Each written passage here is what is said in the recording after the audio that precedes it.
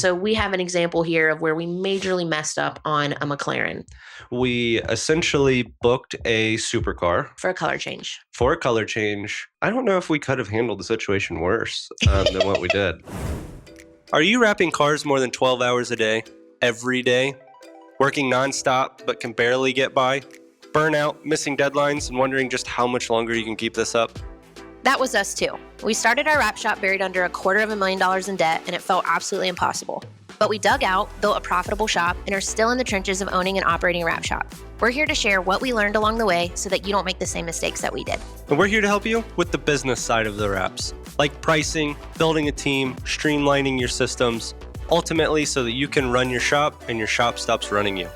Welcome to the Wrap Ops Podcast, brought to you by Wrap Fam Unleashed. If you are waiting until you have all the answers to take action, this episode is for you. As Nike would say, just do it, take action, do the dang thing.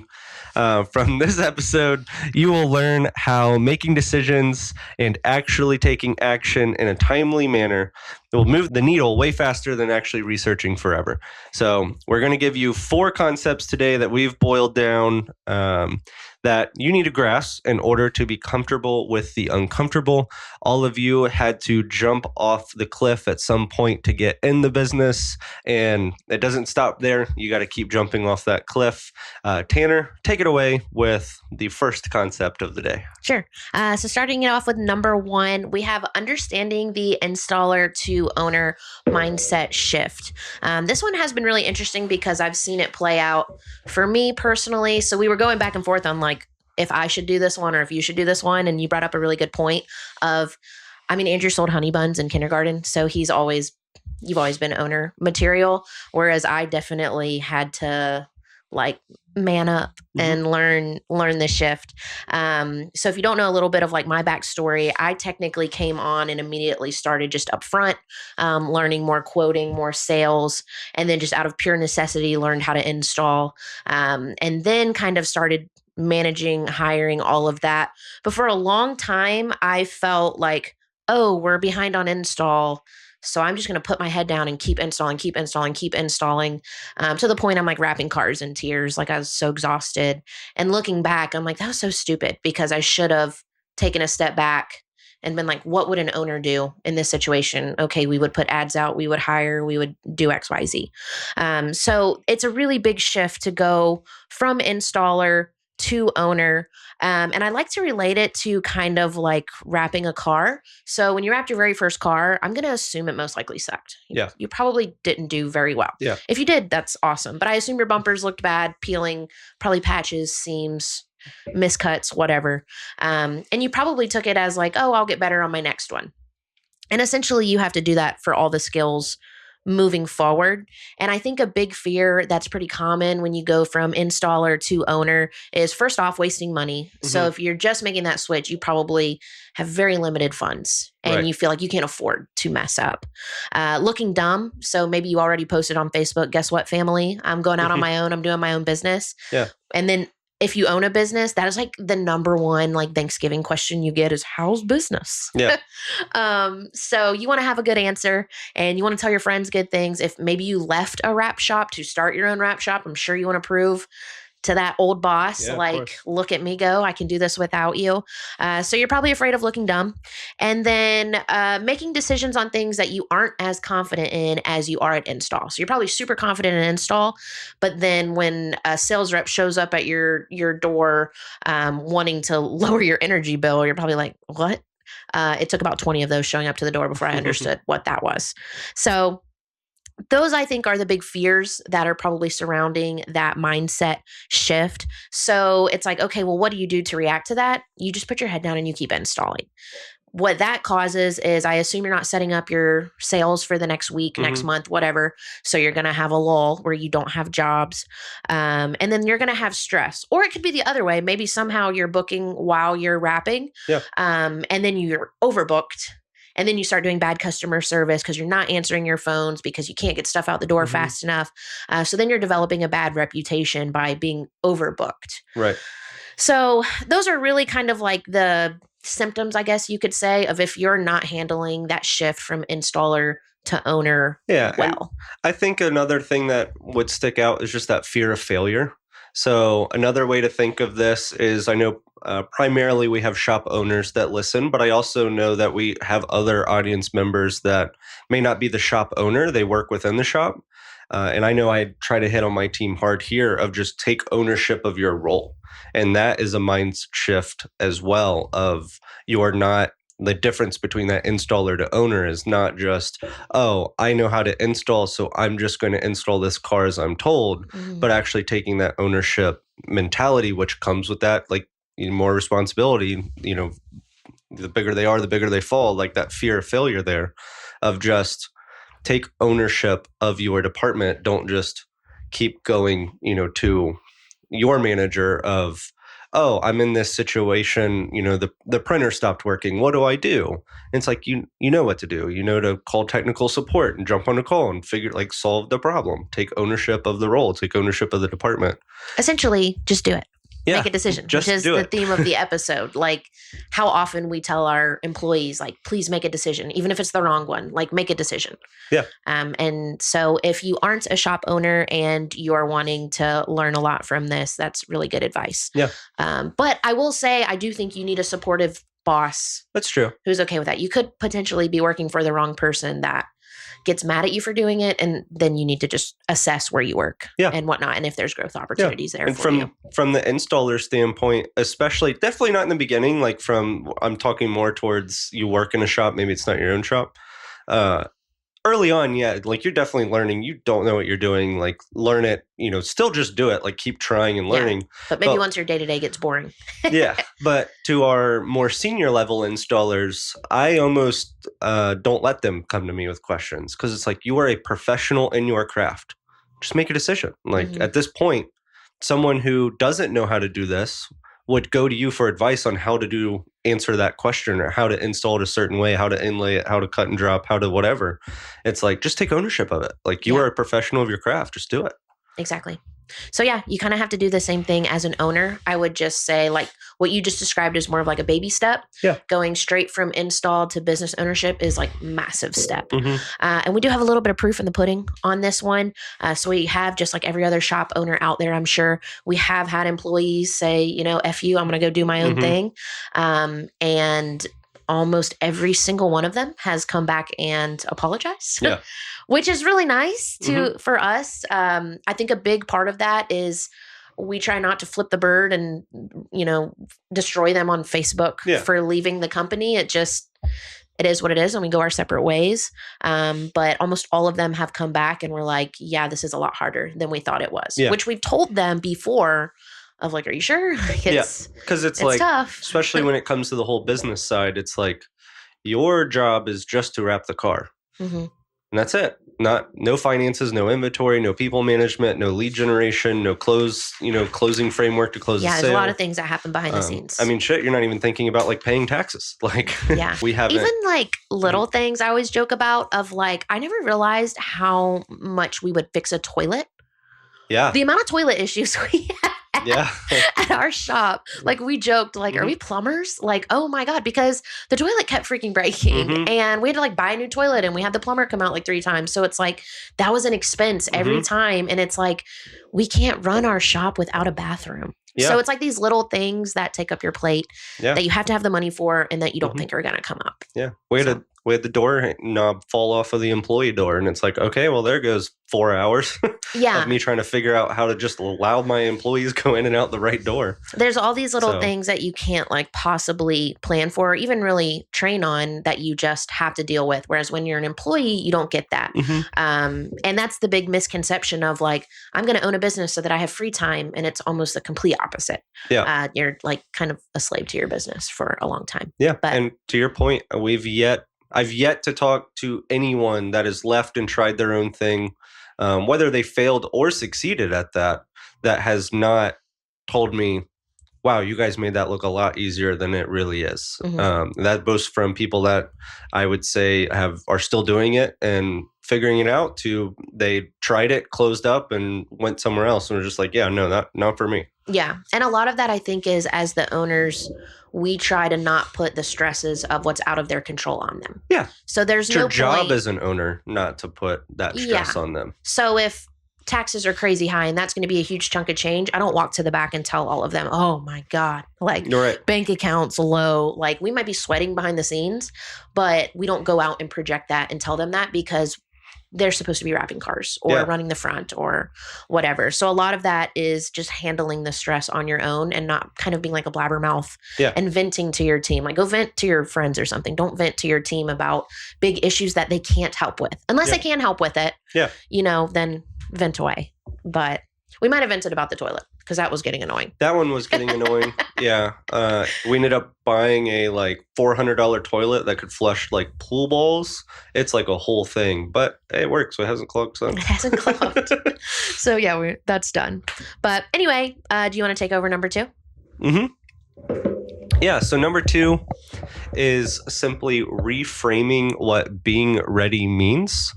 So you can do the research until you are blue in the face, but no amount of research will ever make you feel 100% confident in trying something new and risking the failure, especially when the failure could cost you money.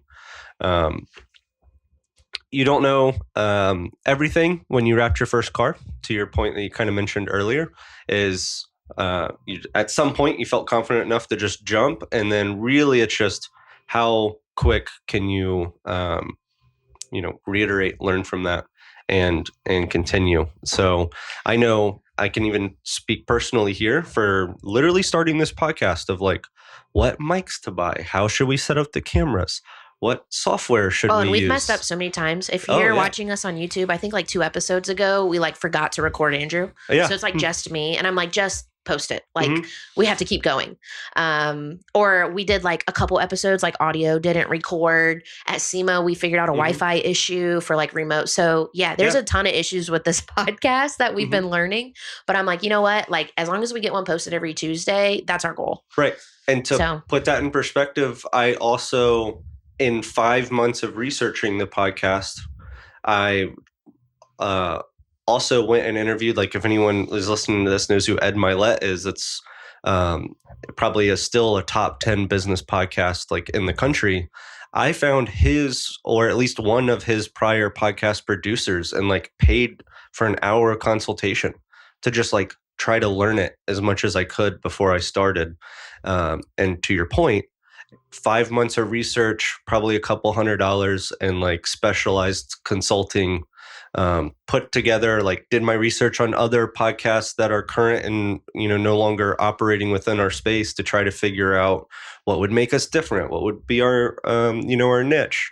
And we still fail every day on almost every podcast. Like you said, we're like recording the wall for half of it. Yeah. So really just kind of reframing what being ready means is just, you just got to get started. So, and I think me and you like balance each other out pretty well on that. Cause I think I'm almost complete opposite. Yeah. I'm like, I don't know anything. Let's do it all 100%, risk everything. And you're like, all right, calm down.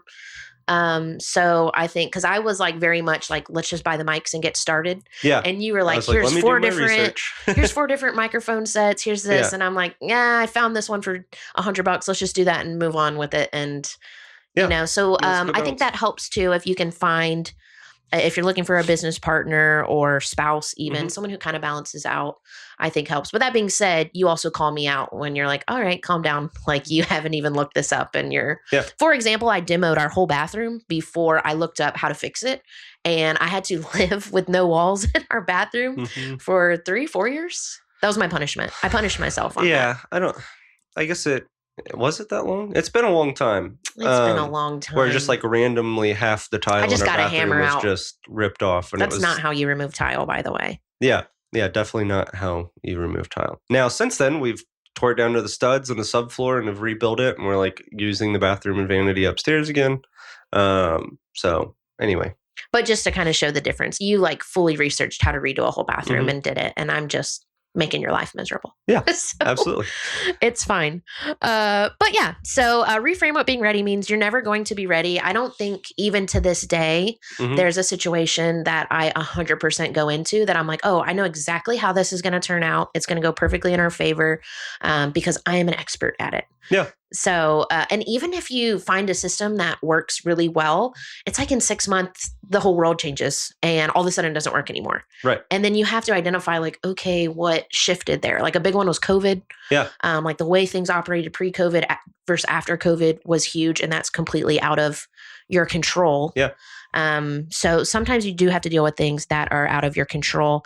And the other thing too is there's no one in this industry that is perfect at everything. Yeah. So even though we're on this podcast and we're giving you advice, you might go listen to 3 other rap industry podcasts and they might say something totally different. Mhm. So you just really have to find your secret sauce, what fits for your demographic, your area, your staff, and your goals, and just kind of like, okay, I'm going to try this person's answer and see if it works. I'm like, that one didn't work for us, and Yeah. maybe I'll try this person. So, just try things. Not you can't listen to this podcast and do exactly what we did and expect that the results are going to be exactly the same. Right. There's going to be some variables in there for sure. So, and the big thing is, you're going to learn, like you said, by doing it and then correcting it Mhm. and repeat, rinse and repeat all over again. And an example I wanted to give is I've been hooked recently on, what's the name of the show? Kitchen Nightmares Yeah. by Gordon Ramsay. Yeah. I might be binge watching Kitchen Nightmares. It's on Hulu if you're like entrepreneurial and it's good. we like business show like The Profit, that John Taffer with Bar Rescue. I love those shows. Those are all so fun to watch.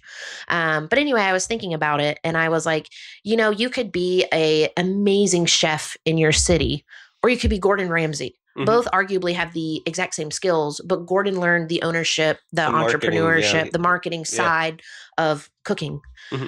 So you just need to figure out what your goals are and decide which one you want to be. Both are successful in their own right. It's just one's different than the other. So that's another thing. I bring it up in previous podcasts. You need to figure out what type of shop you want. Do you want to be the shop that you're famous and your name is known and everyone else kind of works for you? Or do you want to be able to go on vacation and leave for 2 weeks and no one even notices? Yeah.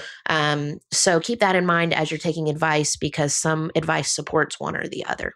Yeah, no, and I think that kind of, to wrap up that whole what being ready means, is that's a good point there, is understand what you're trying to achieve. Yeah. Maybe somewhere in between doing no research and doing, overkill amount of research to the point you never get started. So happy medium there between those stories. But ultimately, you need to understand what you are trying to achieve, and then once you even have the least bit confidence, it's really just that consistency. Pretty much the only thing you can do wrong is try something new, get your first speed bump, have your first little failure point, and then just quit. Or redo it exactly the same. Yeah. I would say. Yeah, that whole definition of insanity there. Yeah. Where you don't change anything. Yeah. And I think that's why, and this might be like a controversial topic, me and Andrew are kind of a little anti-college. I have a little of my own little PTSD and trauma with college. That's a whole separate thing to go into. Unless you're going to be a doctor, go to college. Doctor, lawyer, if you're going into those professional fields that you have to have that degree to be it, wonderful. Go you. You're killing it in life. But we get a lot of the time of like, I want to own my own business, so I'm going to business school. And we cringe every time. Yeah, every time. Because we're just like, you would learn so much more by either working for another business owner or attempting your own business, and just the pure experience of failing. You're going to progress so much faster. Just do it and listen to our podcast and other ones like it. Yeah. So that's the other thing too, on the whole, like, don't overanalyze. Like, don't feel like you need an MBA to run a business. There's plenty of successful business people that, I think some of the best entrepreneurs like Mark Cuban dropped out. Yeah. Didn't even complete. You're a dropout. I'm a dropout. Yeah. So hopefully this motivates somebody in this aspect, that maybe they felt like they were on the cusp of just being ready. Maybe that's taking on PPF as an additional service. Maybe that's hiring, your first installer. Let's just understand, you are absolutely 100% without a doubt going to screw it up, which kind of leads us into number 3 here. To kind of follow this framework is take the action, and then action plus that adjustment equals progress. So take the action, hire the person, buy the first roll of PPF, whatever it is that you feel like you're on the cusp of, this is something I've been wanting to do and I just haven't done it for whatever reason. Just jump off the cliff, take the action, get feedback as quickly as you can, whether that's you are doing your own feedback, you are enlisting feedback from your customers, from your staff, whatever. Make the adjustments, and that equals progress. And then you're going to just continue that loop. Example for us, we just started like last year, 2025, started doing frequent one-to-ones with our employees, like weekly. We sat down for 7 to 30-minute one-to-ones. First year we ever did it, when we started, we didn't even have an agenda halfway through. Then we got an agenda to try to keep it on track. And then we talked about our skill tracker sheet, which is a whole nother thing, but it's really in depth of like making sure that they were learning skills. Then we started doing that every week, realized that made the meetings depressing because people aren't moving skills that frequently of a thing. So then I made the mistake and just never revisit it again. Didn't even look at a skill tracker sheet for like 90 days. Then they're asking, where's the skill tracking sheet? Because their like raises are dependent on right, the skill exactly. tracking sheet. And I was like, okay, shit, my bad. Like, let's bring that back. And then now we're hitting our year, and we just did annual surveys to our team on a 1 to 10 of like, how much value did you get out of the one-to-one? What frequency do you think would be the best, whether it's weekly, bi-weekly, monthly, quarterly? That is the last episode. So go back and watch that if you haven't listened to that one yet. So that's just a real tangible example of this year, or I guess technically last year, 2025, of where we followed this. We took action, we enlisted feedback, we made the adjustments, and that equals the progress. Mm-hmm. And we hit it throughout the entire year, constantly changing that process, enlisting feedback. And then also just like getting our own feedback, like just paying attention. Because going over that skill tracker list, the team didn't say they didn't like going over it every week. I was just in the other part of that meeting, and my feedback was like, man, this meeting is really negative. Like I'm seeing them, slouch and be like, damn, like another week. And I didn't move the needle. Like I didn't move on any of our skill tracking. So I was like, oh, I need to kill that because these meetings are meant to be uplifting, positive, and motivating. So anyway, and now going into 2026, we have, kind of a loose agenda we follow. We visit that skill tracker sheet. We try to do it twice a quarter. And then we are now moving everyone to every other week cadence of a one-to-one. Because that's what we learned in year one. Mm-hmm. And I'm sure. So it was a lot of tweaks. There's a lot of tweaks very quickly. If I remember correctly, and sometimes we are doing so many things at one time that my memory gets foggy of what we've even done in the past. Yeah. I'm pretty sure we tried one-to-ones even longer out ago, like maybe 2 years ago. Mm-hmm. But like we weren't consistent, and then it like didn't feel right. So then we just quit. Yeah. And then we brought them back. So don't make that mistake. Like you don't need to quit. You just need to keep tweaking it. Yeah. Because I think quitting was the stupidest thing that we could have done. And then it also shows your team like, this isn't going to stick. Yeah. So. And two, if you haven't seen our episode, one of the previous episodes on goal setting, kind of setting that yearly big goal for your team, that even implementing that one-to-one consistently and being like with it was part of the 2025 goal of build a team. Yeah, that we didn't miss that. Yeah. And if it did get missed, it was very clearly communicated and like, here's our rescheduled date. Even though we tried really hard not to, but when you have a small staff, sometimes things come up. Yeah.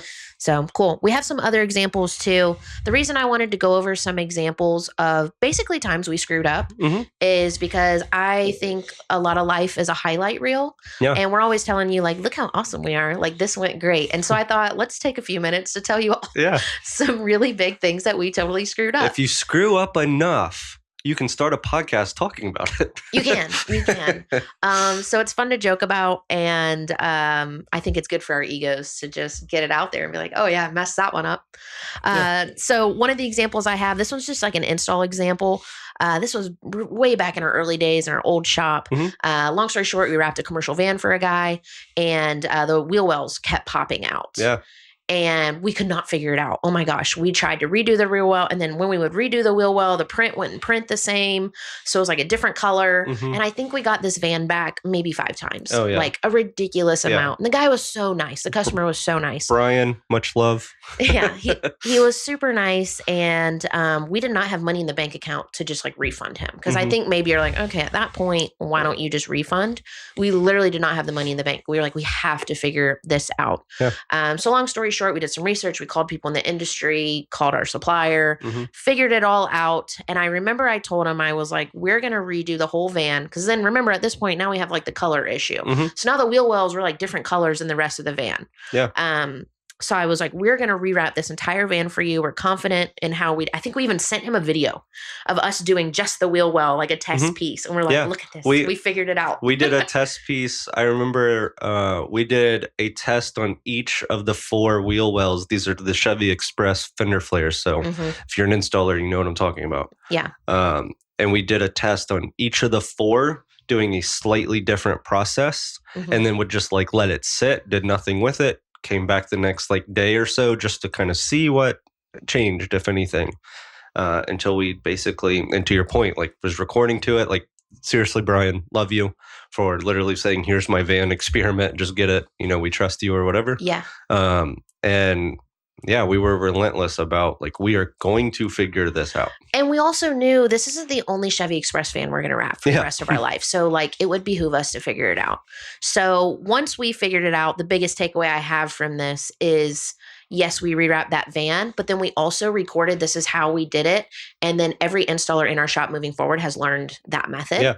And then the other thing was I kind of like stepped out of my comfort zone. And when I called him, I was like, we figured it out. We're going to completely rewrap your van. The only thing I ask is there any way you could leave us a Google review and tell people we screwed up, but we fixed it? Because that is like what you're we like, did. just be honest. Yeah. Like I was like, I would like you to say that we messed up. So I actually pulled the Google review here. So he said, I highly recommend performance wraps. We use them to wrap one of our new company vans. The wrap had issues with a few small areas that kept bubbling up. After a few tries to fix this, he was very nice there. It was more than a few. I expressed a desire to rewrap the entire van. They both agreed that in the end, that would be the right thing to do. That is standing behind what you do and shows me that they are not only genuine, great people, but they also have integrity. And for that, we will use performance wraps for all of our company vehicles. I don't think I could have paid AI to write me a better review than that. So it's great if all day long you get like, great work from this company. Here's a picture. But I think if you can get a testimonial that says, yes, they screwed up, but here's how they fixed it, that goes so much further. Oh, yeah. But that being said, so that is a good example of just learn, adjust, critique. And then I even asked them, like, can you post this in a Google review? He didn't have to. He could have said he was going to do it and didn't, but he did.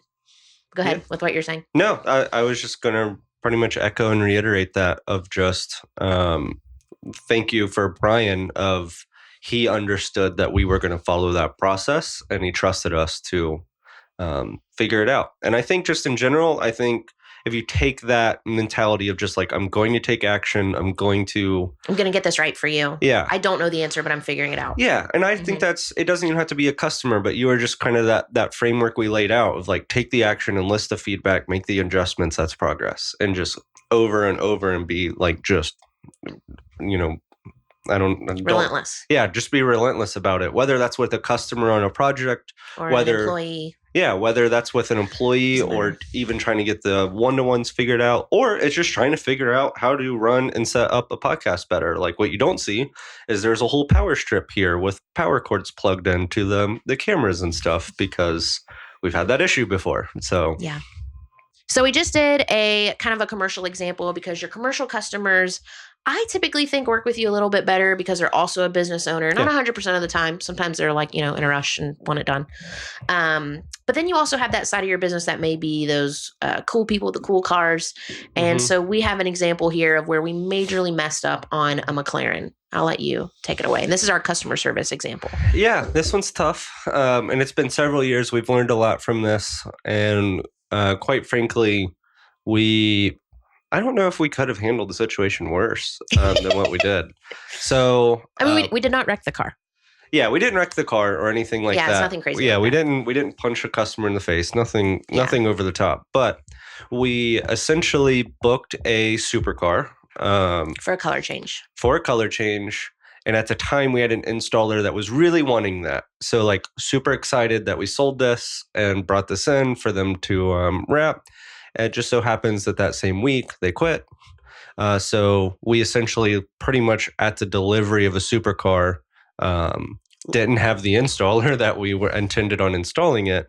And we did And not have a backup installer. we did not have There a was no one backup else in the shop installer. other than Andrew Yeah, that and could do it. we had other installers, but they couldn't, like, they were still in the training track. Like, they couldn't even lay down a box truck yet. They definitely And this couldn't touch a McLaren supercar. was like bright yellow, going like a dark brown, Yeah, like metallic brand color. new, So brand it new was McLaren. your cuts had to be immaculate. Yeah, door jams and all, like the whole thing. I forgot about that. Anyway, what we did do, which was not right, the wrong thing that we did was I was like, okay, I'm just going to install it myself while also managing the whole shop and charge of sales and stuff like that. And then also trying Keep to in mind, we're down an installer. Yeah, So we're down the installer. The installers I do have at that time, bless their heart, they were not good. Like, they were still learning the skill. Like, have not progressed. So they still needed a lot of help on everything that they were doing. And then there's also, you had the pressure of like the finances. Like, we still had, bills to pay. So we had to try to make sure that those box trucks and trailers and lettering projects were getting pushed out. Well, we kind of just, I wouldn't say ignored the customer, but definitely ignored the car. And I don't even, like, it's just like kind of a black hole in my memory of I don't even want to remember how long that car sat there. we probably had it a couple months. Yeah, like way too long. It was like literally affecting our marriage. Yeah. Because I think it is very sweet. You said we, Mhm. but this was a you. Yeah. I was like, Andrew, like, just lay one piece. Mhm. Like, can you just do one piece today before you leave? And tomorrow, can you do another piece? Yeah. Because I'm working the front and they keep calling. Like, what's the update? What's the update? And I'm like trying to stand up for Mhm. you, but I'm also like trying to vouch for the customer. And I'm like, I'm not going to lie to them. Yeah. So, but yeah, continue. And then the whole, like, not even an excuse, but just a whole nother element at the time we were just uneducated and didn't understand was the specific color they wanted was so rare that when we got it, it was actually expired. So, like, from an It wasn't install sticking. standpoint, it wasn't sticking right. Like, it just wasn't behaving like vinyl should have behaved. But at that point, it had been so long since I'd even started the project and really figured that out that it was like, I have no option. Like, I can't go back now and be like, oh, the vinyl's actually expired. Let me jump through those hoops to call, distributors and manufacturers. So then that delayed it even longer. that delayed it even longer. And then, yeah, I mean, is there more to that to add? More than I would like to switch to like what we should have done? Yeah, that's just basically it. We even had an additional problem that doesn't even really matter. Where, in case you're at a McLaren, you cannot let the battery die. Yeah, it literally learned that one the hard way too. It forgets what side of the car the steering wheel is on, so all your controls are reversed. Yeah. Crazy thing. And that's a whole separate thing. But it's just like everything that could have gone wrong went wrong. Absolutely. With the car we were the most excited about. And it's funny because the reason that we wanted the job was we were like, oh, this is going to be great to market. Mm-hmm. So go ahead with what we should have done. Which I don't think we ever posted, never marketed. We never posted it. It was embarrassing. Yeah, it never. Was embarrassing. Honestly, never even collected final payment on that project. Like, it was a whole thing. That being said, they didn't leave us a bad review. And I think that's why. I think what we did right was we stayed nice.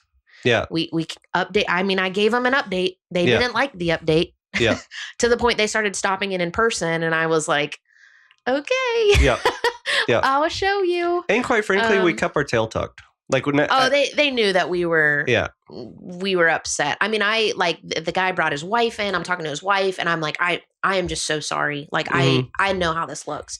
So that being said, I don't think they hated us, but I also can put myself in their shoes and be like, yeah, it was annoying. They had their car down for 2 months, and then 2 months later, we try to say the vinyl doesn't stick. I'm sure they thought that was a lie. It makes total sense. Yeah. But yeah. So what we should have done, looking back. Yeah, looking back now. So what we should have done is immediately. I think you can kind of take two avenues depending on your kind of local market, your connections, all of that. is one, you could have immediately just called the customer and said, sorry, like, We'll refund your deposit refund and it. we aren't able to get it done. Yeah, like we can't get it done. And that's probably the easiest way to go about it. Easiest, but in my opinion, still not the best customer service approach. I agree with that. We could have immediately called other local shops to literally just, shop owner to shop owner. We can't do this because X, Y, and Z just happened.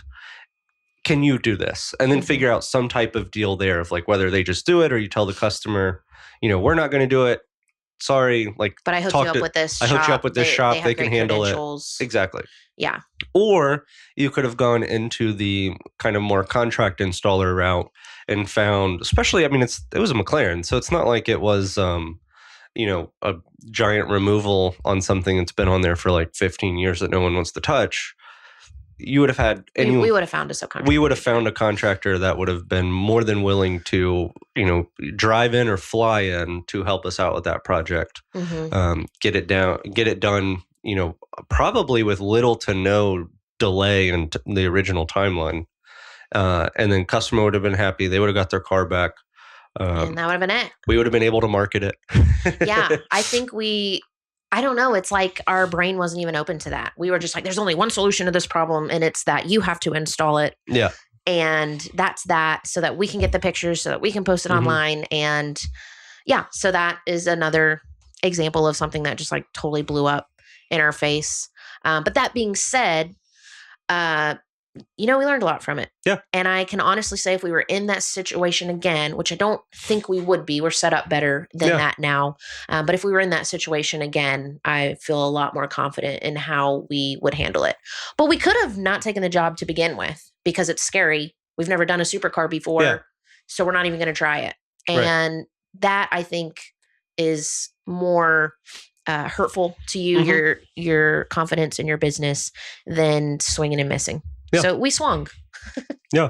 We swung and we struck out. Yeah, we did. We swung and hit ourselves with the bat. Yeah, we might have hit ourselves with the bat. That was a bad one. And then just a couple other quick ones. I mean, we could keep you here all day and go over. Yeah. Here's another thing that we messed up. That being said, we do get things right at times. We're giving you the low light reel. Maybe instead of the highlight reel, it's the low light reel. And to the point that this whole framework of number 3 of just action plus adjustments equal to progress is that exact same scenario could happen today, right now. And I have my 1 to 4 contractors that I would have on the phone the next day and bring one or all of them in to get the project done. So it's like we learned from that mistake. Got the feedback or sat down and gave each other the feedback of this is what went right, what went wrong, made the adjustments, built the network and the connections that we need to ensure that issue will never happen again. As much as we will have issues every week and we'll continuously learn and then continuously tell you about all our failures on this podcast. But that is one that we've made the adjustments, we've made the progress, and I can confidently say that is a problem we've had and that we'll never have again, because we put the adjustments in place. Yeah, I agree. And then just to quickly touch on like a couple more, I've said it in previous podcasts, I'll say it again.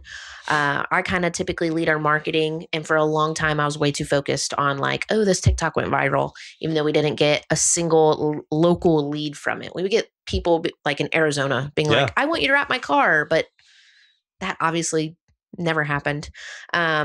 So that was like a big thing that I personally learned in marketing is like, why don't you follow what actually gets you leads?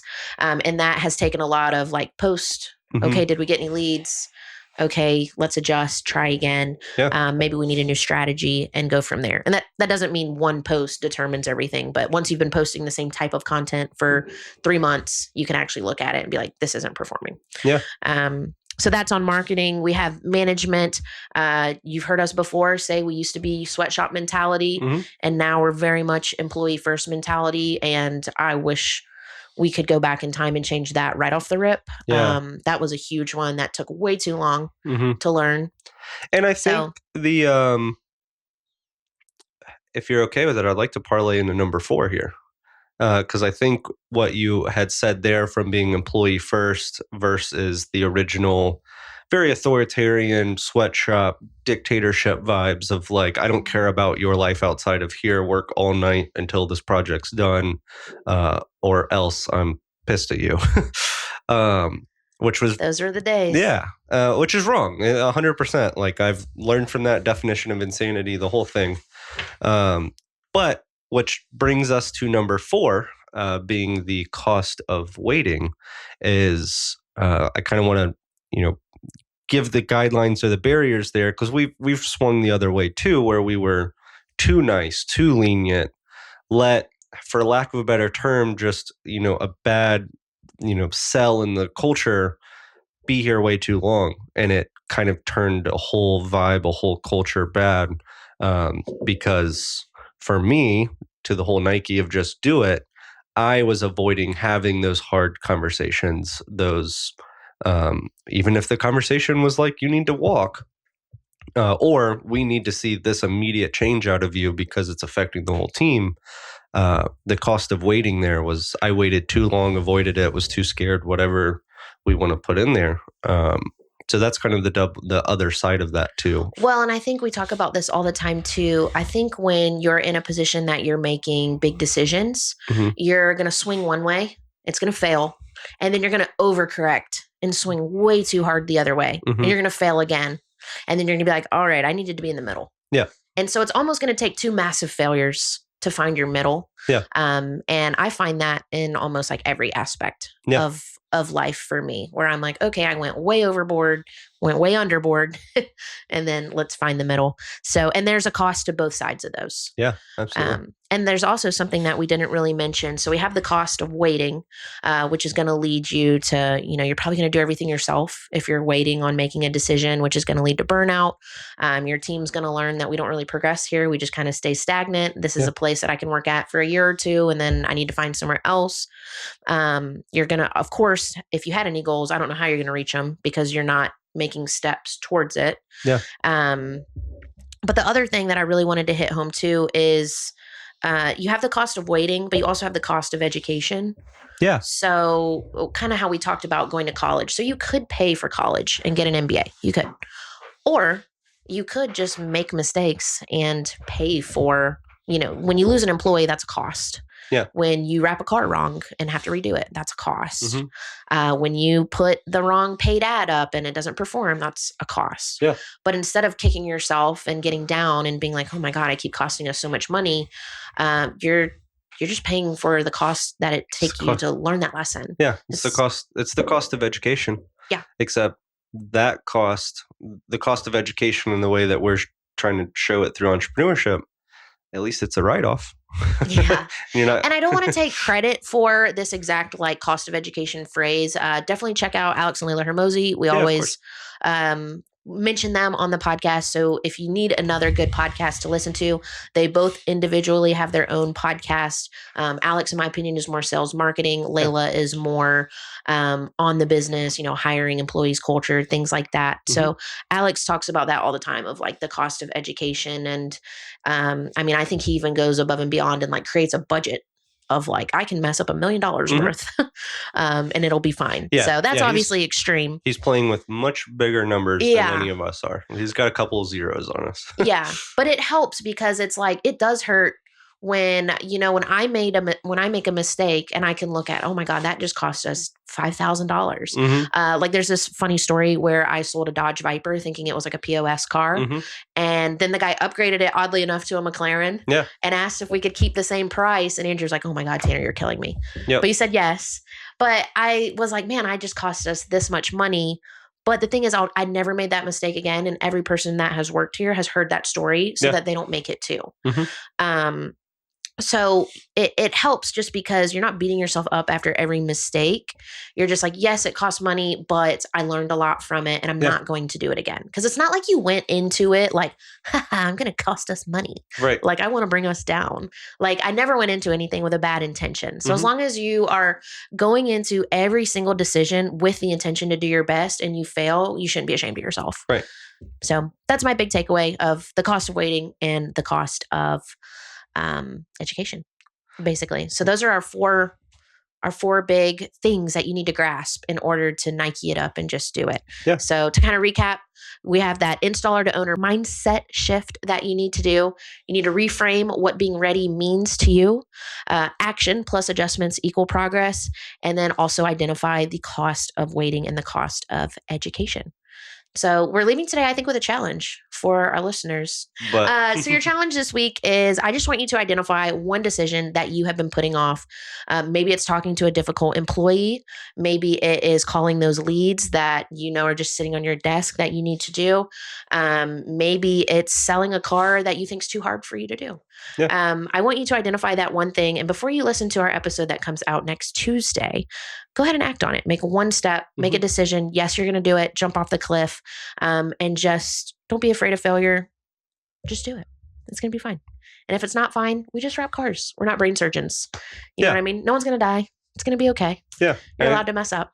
And I think going into it thinking you're not going to mess up is the wrong framework. Yeah. Jump into it knowing that you're going to take quick and rapid action. You're probably going to mess up. You're probably going to mess up. You're going to get the feedback, and you are going to make adjustments even faster than you started and jumping in. And you're just going to keep that on the loop until, honestly, at that point, like as long as you continue that loop long enough, you will eventually get it figured out, and you will have solved whatever issues you have, and you'll have successfully done it. And ultimately, we want to hear what it is from you as well. So if you aren't already, please subscribe. Please follow us on Instagram, Facebook. But really, more than anything, reach out to us, like in either a comment, DM, email. Like we want to hear from you about the things that you're jumping off the cliff on, and you're going to try and figure it out. Or if there's even just a left field question you have for us that's on top of mind, we would love to hear from you guys out there. Yeah, awesome. Thank you guys so much. Have a good rest of your week. Go just do it, and we will see you in the next episode.